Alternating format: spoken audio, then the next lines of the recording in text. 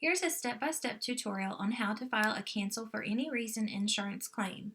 To start with your claim, you will visit the following link, www.travelclaimsonline.com/MHA. Before you get started, here are some of the items you will need to complete this claim. Your plan number, trip dates, both departure and arrival, the legal name, and date of birth for each person filing a claim. So let's get started.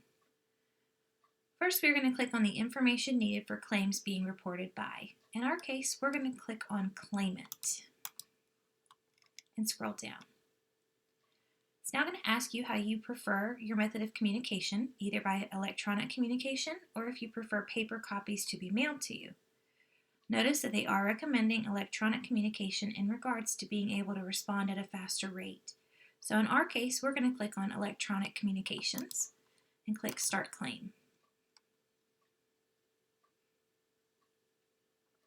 It's now going to ask you for your plan number in order to begin. You should receive that in an email from an ETA staff member. That plan number is going to be the letter F, the number 4, the number 3, the number 5, and the letter E. Click Continue. Next, it has an important claim message. Trip cancellation, trip interruption, and cancel for any reason benefits are optional benefits, and coverage only applies if purchased. Click Continue.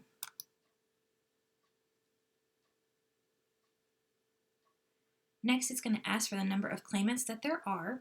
If you have multiple reservations, you must complete a new claim for each reservation. We'll follow with the claimant's information and click Continue. So in our case, we'll go ahead and fill this out.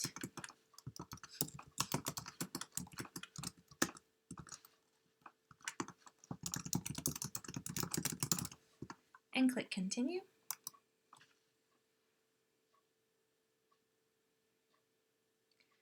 Next, it's going to ask for the address for the claimant.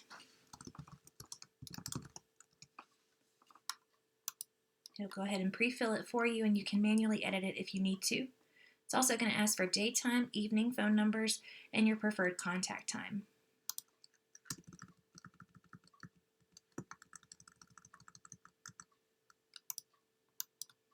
And click Continue.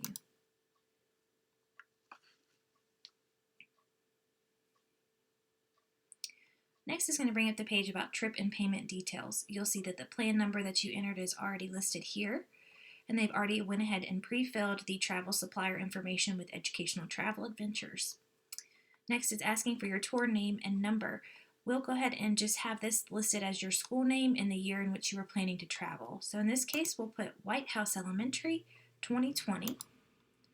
Your booking number is going to be in reference to the 6-digit number given to you by ETA that is also listed as your reservation number. Next is going to ask for your scheduled trip dates. So in our case, we're going to say that the trip was scheduled for May 1st, and the return date was scheduled for May 5th. And then if you have the payment information, that is also encouraged. Trip deposit date, we'll say in our case, was set for January 1st. Final payment date, we'll say, was scheduled for March 1st.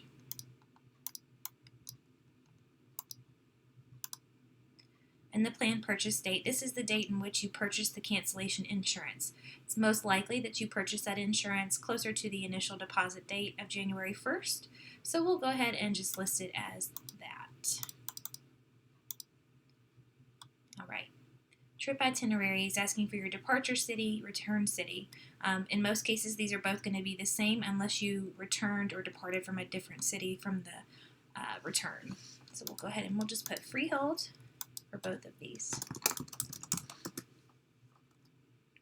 The trip destination for us, I'm going to say, is the United States. And click Continue.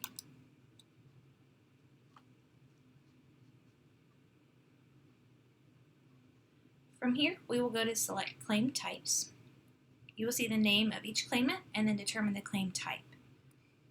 So here you have listed as John Doe, and we're going to click on claim type as trip cancellation. And then we're going to fill out the reason for the claim. And so we'll have a drop-down menu here. If you had to cancel your trip due to the COVID-19 restrictions, you can select the coronavirus option.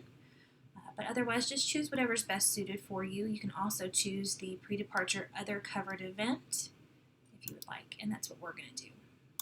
And click continue.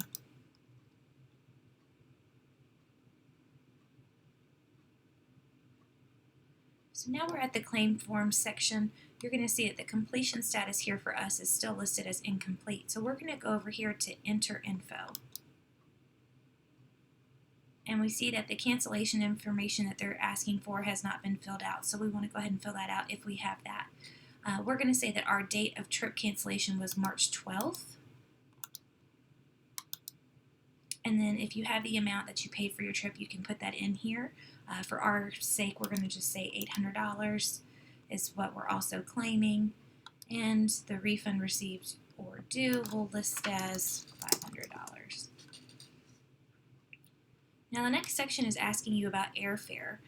If you did not have airfare included, you just go ahead and click this top option. If you did have airfare and you are not planning on using your airfare ticket, you can go ahead and also click this option as well. And we're going to click Save and Complete Form.